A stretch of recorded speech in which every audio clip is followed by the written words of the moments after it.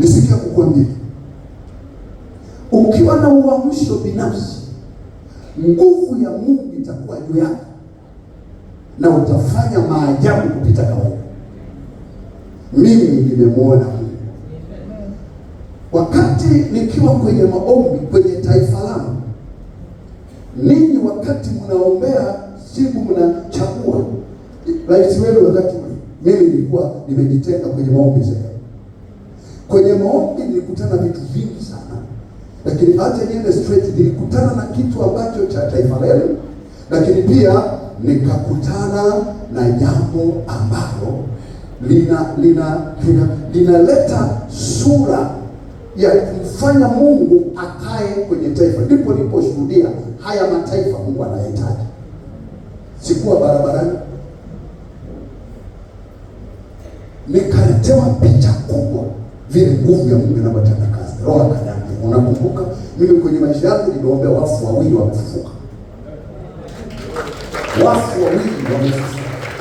Leo nataka niwaambie mfu mmoja aliyefufuka Dar es Salaam, ili hata wasiojua wakienda wanaenda kuona wafu wawili. Unajua wafu aliyekufa, alafu namuombea, alafu akafufuka, alafu akatembea na akawepo.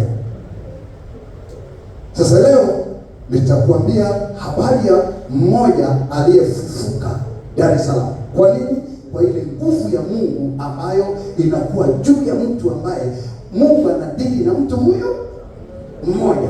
So ukitaka kanisa libadilike, familia ibadilike, hali ibadilike, kibali kipatikane kwa taifa lako na kwa mataifa, try all the best kutengeneza uamsho wa binafsi ambao hata mkeo hajui, hata mke wako hajui, aje asikie ushuhuda kwamba hapa tayari umebadilika, sio yule wa jana. Kama dada alivyotuambia, yaani unakuwa umebadilika, sio yule wa jana. Kwa uponyaji kuna kitu nakisikia. Yaani hii nguvu ya kukubadilisha ikiwa juu yako ukabadilika, wewe unakuwa ndio source ya mkeo au mmeo. Usimlaumu mmeo wala mkeo wala shangazi wala mchungaji wala askofu. Mbingu inasema wewe mwenyewe kwanza, tuone matunda yako kwamba umebadilika, ndipo wewe mbele.